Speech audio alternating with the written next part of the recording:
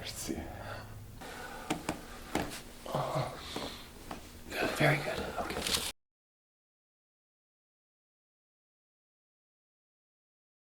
Just sort of roll your shoulders, turn your head left, turn your head right, and then wherever you think center is, give me a good center. Yeah, I mean, really,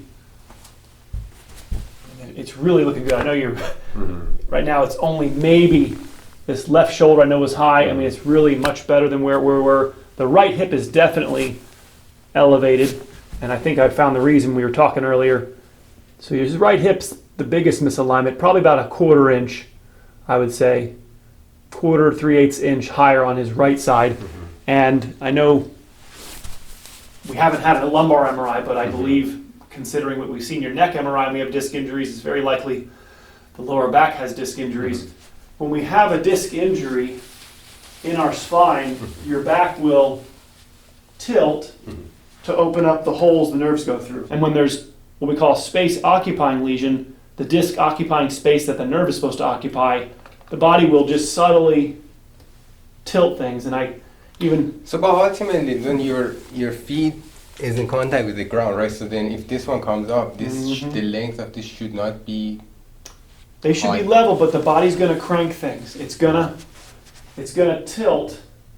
Part of it is that the body will tilt the pelvis to open up the holes. So I know the legs are still the same length, but it's part of it was how you were standing earlier. I caught him a couple times really standing on his right leg. And so when I'm exaggerating, but when you're standing on your right leg, it's going to do a couple things. One, the right hip is going to come up, the left side goes down, the right shoulder goes down that we're seeing, and then your head is going to tilt left.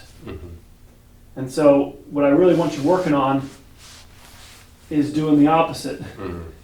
And that's, I think, the next real big key piece of your care is, I think we're not seeing how often you're spending time on your right hip, and we got to start really focusing on getting the weight on the left hip. And then even, I know you said it wasn't painful, but it doesn't feel as natural as being on the right side. It's just, we got to get attenuated to that.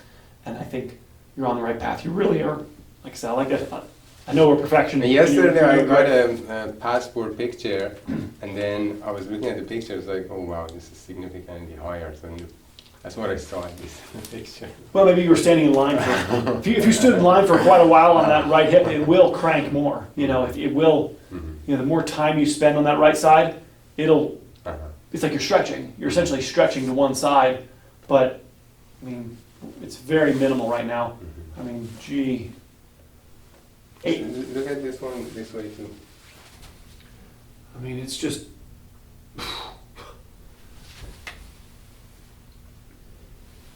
It's there. It's minimal. I would say, like I said, it's minimal.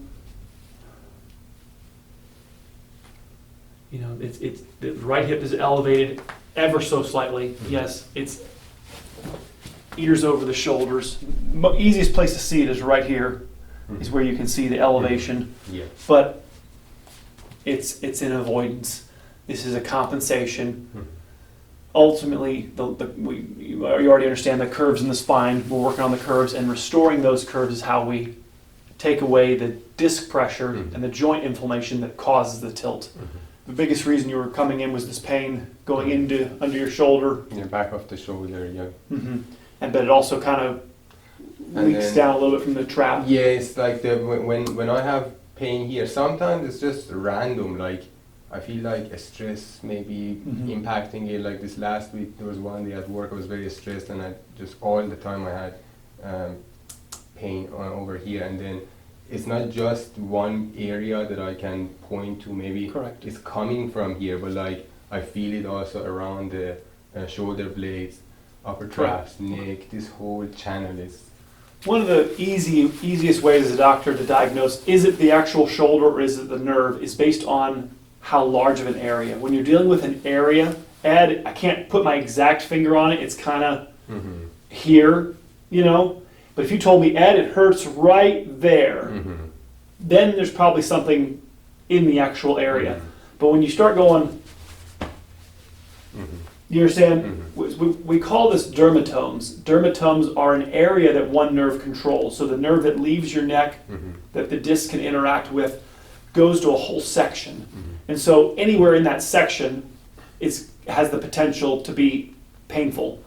So because the nerve ultimately maintains the health of the tissue, you'll start to have atrophy.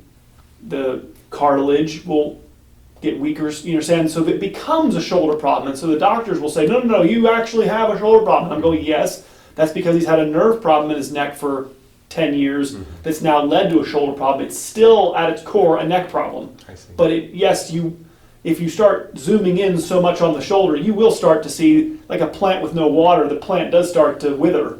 And so you will have an effect in the shoulder. Sometimes there's spasms in the shoulder that do need to be relieved. You will ultimately fix the shoulder by working on the shoulder. We do need to get the neck. And discs are tough. They are tough because they don't regenerate. You know, I think chiropractors I think we like to try to say that they can heal. They can be avoided, like a tooth that's been injured. They can be shut down. We can move stress away from them, right? And we can put the spine in alignment that makes them have to do minimal work. That's what we can do. And we're going to extend the life of your spine. We'll make it last as long as possible. We'll give you the best quality of life. But it would have been better for that disc not be injured. This is why we adjust children. This is why you see me adjust my kids. Why are you doing that? Are they in pain? They want to be disc injuries. Why do you have to adjust them a couple times a week? I've been adjusted a couple times a week. Without having any disc injuries, it still should have been adjusted. We should have had pediatric care, right? We were given pediatric care in other ways, but we're not giving pediatric care in terms of our spine. We're not being told, hey, where is my alignment supposed to be? We're put in school from 5 to 20, sitting 10 hours a day. Kids now, it's 14, 16 hours a day, and no one's saying anything. There's no this is going to cause a problem. It will cause a problem. Tech neck is a thing. We are losing the right posture, and then disc injuries are skyrocketing. When I adjust someone's neck, my goal is to adjust his upper neck. He has disc injuries in his C4 and C5 in the lower neck. So the upper neck stiffness is what causes the lower neck disc injuries. And so I don't find, this is sort of the McLaughlin method, I don't find it ever beneficial to adjust the lower neck disc injuries. My dad was injured by chiropractors that kept adjusting him. So I mean, there goes the philosophy. That's what I'm worried about. my father was injured by repetitive, excessive adjustments of his lower neck over a period of time that made it looser and looser, and that's part of the foundation for why I don't do it. I've never, patients like my father that have disc injuries, we leave the lower neck alone, and I know that's maybe a controversial thing, but I don't see how it's that complicated. It's an injury from hypermobility. Why do we want to put any mobility? Yes, even when I adjust the upper neck, some mobility is going to happen in the lower neck, and I try to limit that as much as I can. It's part of why some of my adjustments might not look as grandiose. You don't see these large movements because I'm not trying to pop every joint. We're trying to loosen the upper neck and not adjust the lower neck. But stretching, you mentioned, is actually not a bad thing, even for the area that is injured. That's right. Stretching is Yes, not. sir. All right, take a deep breath in. Head back. Keep the knees together. Knees together for me. Knees together. Knees together. Deep breath in. I got you. Exhale. Knees together. And one more. Exhale. Knees together. Okay, very good. Let's go on your side facing me. Perfect. Take a deep breath in. Exhale. I got you. Exhale. Beautiful. How's that? And exhale.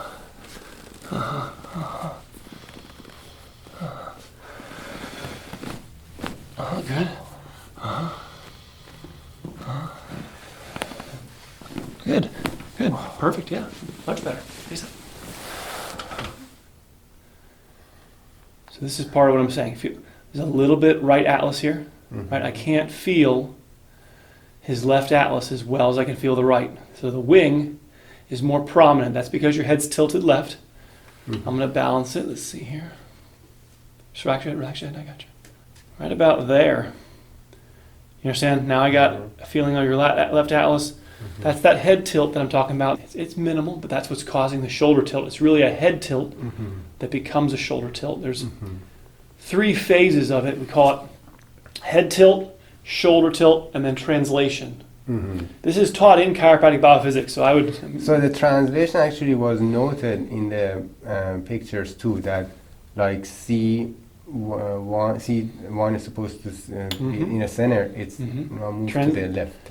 Right, there's 3 phases of it. You understand? It's not just, you don't just have a head tilt, nor do you just have a shoulder drop, but there's also a translation component. I got you. There you go. Beautiful. Very good, very good.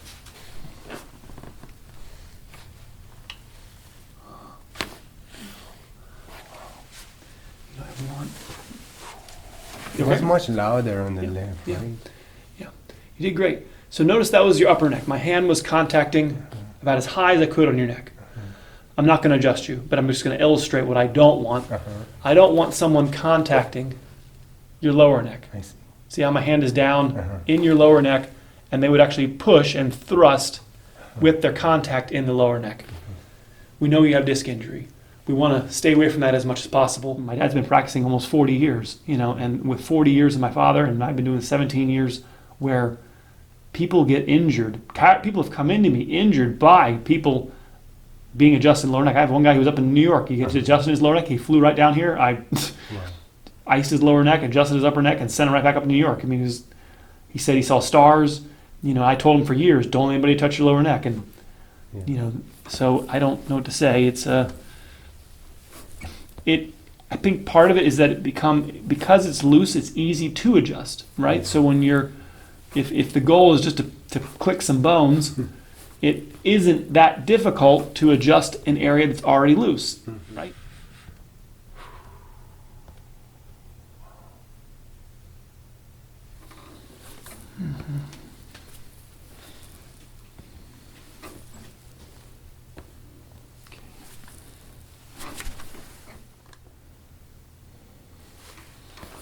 Yeah, if I had a choice, I'd just hold you like that for an hour. Just hold you, tilt to the right, and work that spot. I don't know why this is that difficult. The only way to undo the posture is to fix the reason for why the posture went undone, not trying to directly undo it. Okay, so the body purposefully tilts your head. We call it a riding reflex. When your head is tilted, your eyes have to be on the horizon. If you walk around with your head tilted, it makes you dizzy. Okay, so the shoulder drops to make your eyes level. Yeah. Right? So if I tilt my head, my right eye is now higher than my left eye, right? If I walk around with my right eye higher than my left eye, I'm going to get dizzy. Do you understand? It's going to make me dizzy. But I have an injury on the right side of my neck that's made my head tilt. Do you understand?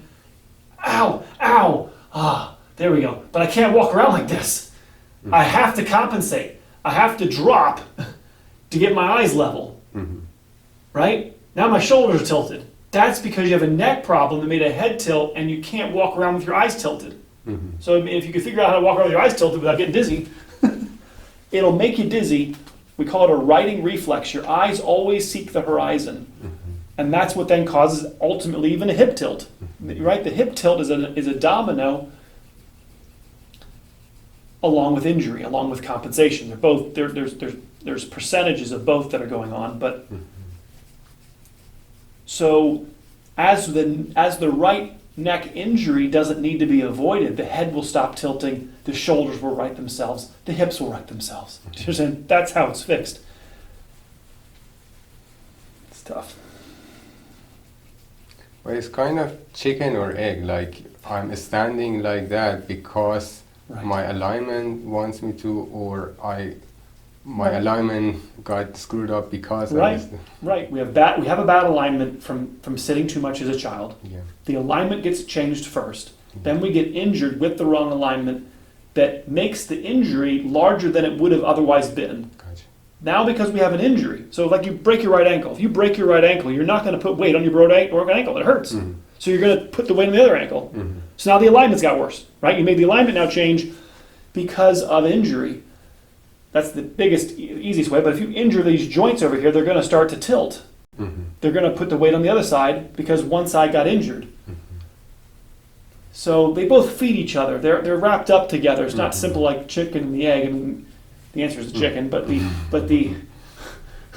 the adults were created first, then children. Anyway, but they do feed each other.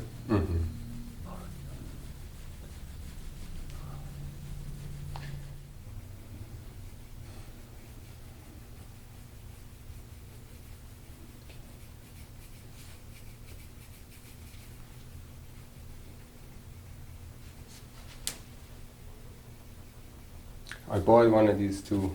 Yeah. I do myself sometimes. Yeah, work this area right here. Yeah, good, right here. It's always so much comes out. Right here. It's coming out right now. Yeah. Yeah. Well, that's what you're feeling when you can point. You know, you can feel the lactic acid irritating the nerves that are in close proximity. Now, again, this is contracted because of the tilt, right? These muscles are contracted. That's why they have more buildup in them. Because, again, you have an injury on this side causing your left shoulder to have to elevate, contracting the levator scapula and these muscles. But that's just an effect. So ultimately, you can alleviate symptoms by working on this, but until the right injury on the right side of your neck is not needing to be avoided, we're just goofing around. So now I have a question. Please, the yeah. curves, the three curves, they are all independent or they are related together? There's only so much curve the spine can have, so they all are connected. When we lose the curve in our neck, it usually goes into an accentuated curve in our thoracic cage, and then we lose the curve in our lumbar. So as we reduce the kyphotic curve and the excessive kyphosis in the chest, you induce lordosis in your lower back. And sometimes it'll actually go sideways, and this is what we call scoliosis. So you'll lose the curve in your neck, and it goes into a lateral curve in your chest, right? They're all connected. The alignment we are trying to restore is the alignment that you had at 1 year old, right? There are deeper questions of, did you crawl enough?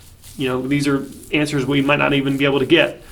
There are children that didn't crawl much, right? They went right from being a baby to sitting. And I had one adult now that scooted on her bottom. She never. Yeah, my sister She never crawled. Yeah.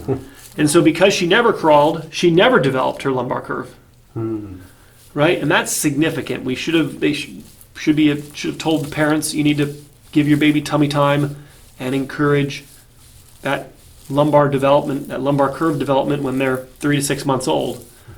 And that can be a reason why there's not enough curve in down here, right? And then because there's not enough curve down here, you have this accentuation up here. But actually, I don't even have enough curve here either. If you look at the X-ray, all three of them just reduced. They are too straight. Just all of them are straight. Well, this is excessive right here. I mean, I would say this is flat here, but this is definitely rounded too much right here. This is where I would want the dental roll.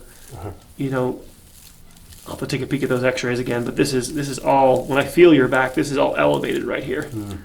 This is all tight right here. Is it because I'm now laying down? If I stand straight, it's different? Well, probably be worse, but we could check it. But if you actually load these joints, these muscles are going to contract.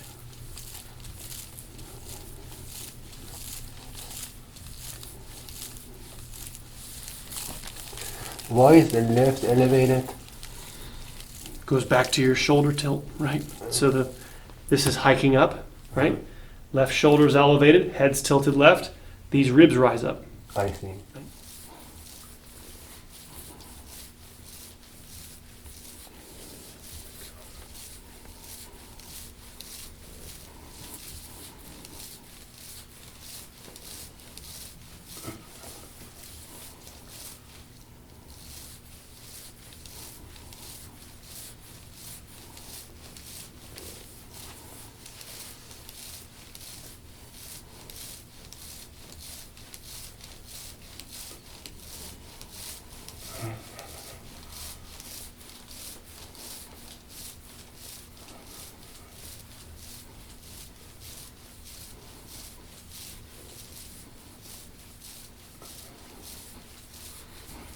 It's only once you've been shown the problem do you have the ability to change it, right? Until you identify the problem, And you get up, and then you start to realize, oh my gosh, he's right. I do stand on my right leg all the time.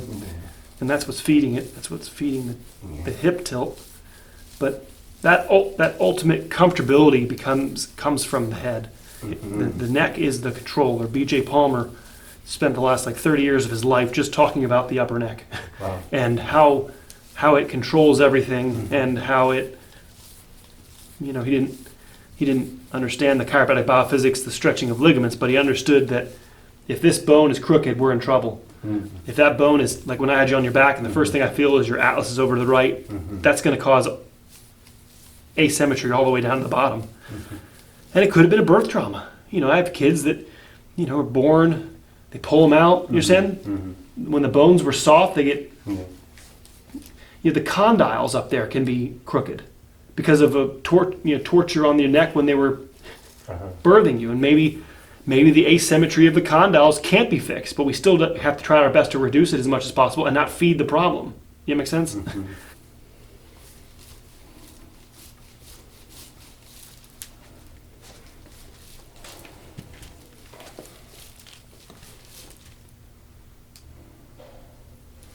Yeah, just these muscles are just contracted all the time, right? Because of the tilt, because of the favoritism of standing on the right hip, these muscles are just fatigued. They're just fatigued. They're sore. They're inflamed. But the body purposely is setting the signal to contract them. It's not an accidental. Your body is trying to tilt, but now because of that consistent need for that tilt to be there, there's these muscles that are saying, "Hey, we need a vacation." This side is nowhere near as sore, right? Because the muscles aren't contracted for as long because they're on vacation, right? So you don't have this area. Muscles aren't being tasked with trying to keep your head tilted all the time. It's like me giving you a bowling ball. Tell me we had two, heavy balls. One ball in your right hand, one ball in your left hand, and the one ball you get to keep close to your body, like your left hand, but the other ball you got to hold outstretched, right? So if I hold one ball here, one ball outstretched, which arm's going to get tired quicker? The one's outstretched. Right? But it's not, there's something wrong with your muscles. No, it's the position that you're in that's putting the stress. The farther the object is from your body, the more stress is on the muscles to hold it. Right? So it's still the alignment. The alignment created that. Anyway. Okay.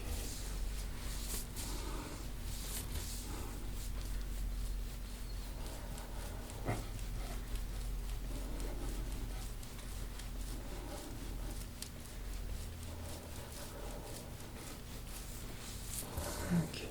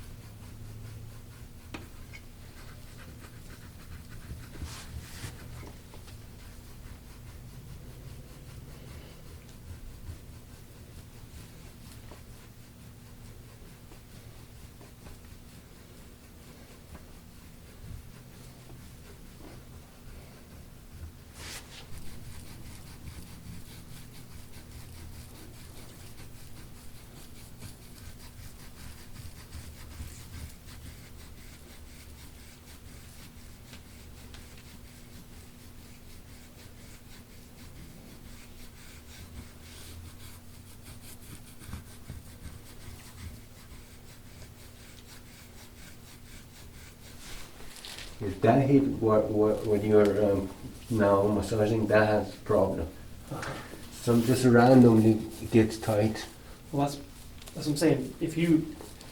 This again creates avoidance. Do you understand? Now, it's part of it is that you don't use this hip as often because you like to use the right hip. So this hip, see, the use and mobility of it is what keeps it clean. So when we don't, it's like an engine that we're not running. This side just ends up getting stiffer, more crystals and plaque build up because it's not utilized as often. I see.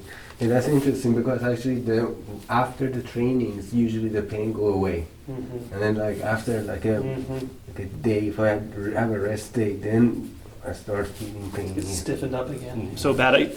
Pastors are up there on stage in my church, and they think we're listening to the sermon, but all my dad and I are listening to is we're just looking at their posture, right? And our one pastor, he would stand there, he would be up there, and he'd always be talking like this, always. And my dad and I go, oh, okay, he's talking. And I'm like, oh, he's going left. He's going left. Nah, he's back on the right. You know, and we see him talking, and he'd say, and he would, you know, he'd plop right back on his right side all the time. Dad and I are like, he's going left. He's going left. He's going left. Oh, he's back on the right. Ah, he won't stand on his right, his left hip. They're not even thinking. Obviously, they're just going wherever's comfortable. Mm-hmm. But you know, but it's an obvious asymmetry because he's up there for 45 minutes, always on one side, and then he's living life at home. And he's wondering why he's wearing out his right hip. It's like, yeah, because you only use one side 70% of the time. Or, you know, a majority of the stress is going on one hip. Anyway. That muscle right there is the underside of your scapula. And contraction of that, this is what internally rotates. So this is probably not on this side stuck, but the right side, this muscle here is probably going to be more painful. This is subscapularis? Yes, yeah. I mean, much bigger contraction here. Oh yeah. You got to relieve that contraction here. Oh wow. This hurts. Yeah. That's what. Every other muscle externally rotates. So teres minor, infraspinatus, supraspinatus, externally rotate. Subscapularis is your internal rotator. So if this muscle's jammed up or stuck, you know, maybe your range of motion is decreased because it won't contract properly because it's in spasm. I don't know. But the spasm is due to alignment, or is it just a spasm? I don't know if I can. Yeah, I would usually look at it as again the shoulder tilt. The alignment creates the tightness. Maybe the alignment your shoulder's in is then creating that tightness. There could be nerve pressure to some degree also that causes it. You know, part of it is that your ability even is more that your hand was not. You know, show me the other one. Put your other hand behind your back. Do both at the same time. Yeah. Goes higher. I mean, you release this, so I'm assuming it's a little better. Yeah, you're only about maybe a half inch. But even like, I mean, I feel like this one is just generally this tighter. is like this compared to the other side. Like this is a little. Again, I'm being maybe. No, it's okay. Too. It's a little bit more forward right now. If I look at you from the top. Oh gosh. I mean, you're pretty centered here. Part of what I would do for the shoulder, I believe the long-term health of your shoulder, the best stretch for you to work on is when you have your arms on that lumbar dental. I want you working, and you've been doing this, right? Yeah. Have you noticed? That's where I would explore all of your range of motion. You know. Yeah, generally, again, like I understand, you know, maybe I'm being perfectionist, but this side generally is more difficult to go. But it's not just.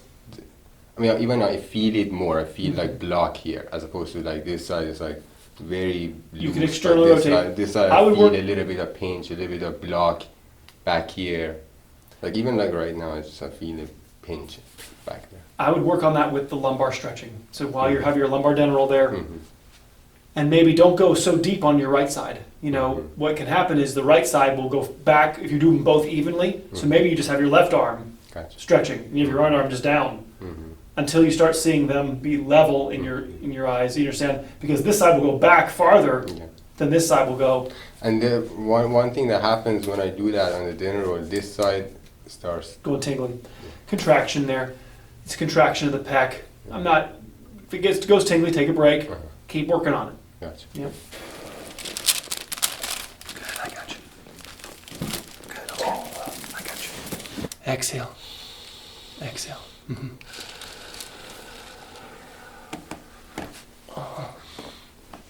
Very good. Okay. Awesome. Right here. This is where I'd be working on your dental.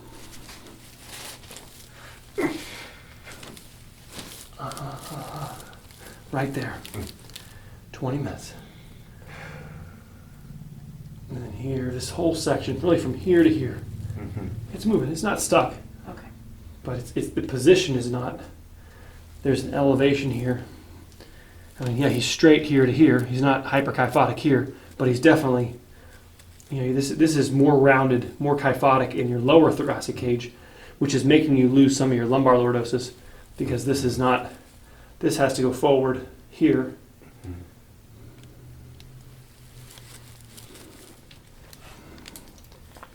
You know, here's where you can kind of see it easier. You know, this area doesn't want to bend. Your bending wants to happen here, and I want the bending occurring more where the ribs are, which do limit mobility, but we want to get as much mobility as we possibly can restore from here.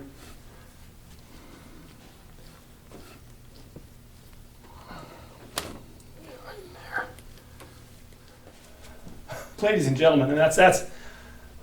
Do you see anything, Carl? I don't see anything. Back. That's about as level. That is about as level as you can get. Part of it is that your muscle's bigger there. Because of the contraction, your left levator scapula trap is actually like a bigger bicep. Right. But the clavicles, if you look at his clavicles, what I'm looking at is this right here. Look at his clavicle going to his AC joint. I mean, where these two knobs are, it's about as level.